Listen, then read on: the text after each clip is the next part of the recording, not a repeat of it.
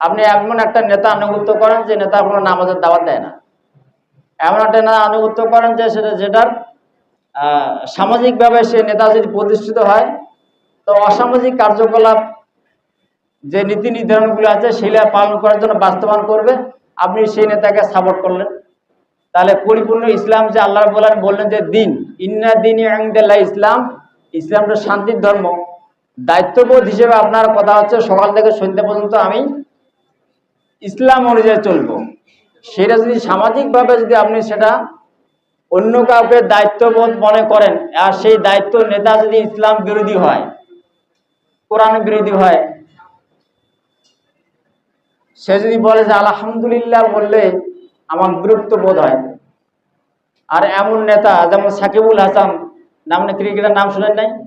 আলহামদুলিল্লাহ, মানে সে একটা বক্তৃতা বলেছে, তার ওই নির্বাচনী বক্তৃতা চলাকালীন মানে বিসমিল্লাহির রহমানির রহিম বলতে পারে নাই, বিসমিল্লাহির রহিম। তাহলে আমাদের দেশে মুসলিম সমাজ আমরা কোরআন পড়তে জানি না। কোরআন সাফায়াত করবে কিভাবে জান্নাতে আপনার? আমাদের চিন্তা চেতনা মেন্টালিটি যদি এখন পর্যন্ত পরিপূর্ণভাবে ঠিক না হয়, সারা বিশ্বের মুসলিম সমাজকে আবার আমাদেরকে অধপতনে নামিয়ে দিবে। ওই জন্য আমাদেরকে সজাগ সচেতন হওয়া দরকার। আমাদেরকে কোরআনটা পড়া দরকার। আমরা যদি কোরআন পড়তে না পারি, জানতেও না পারি, তখন যে আমলও করতে না পারি, তাহলে কোরআন আমাদেরকে অভিশাপ দিবে। অন্তত চেষ্টা করা লাগবে।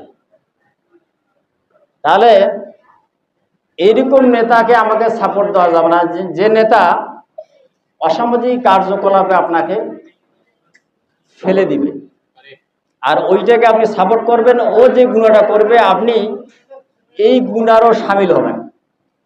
তাহলে আমরা ওই রকম নেতা দরকার, যে নেতা আল্লাহ রাসূলের আদর্শে আদর্শবান ব্যক্তি।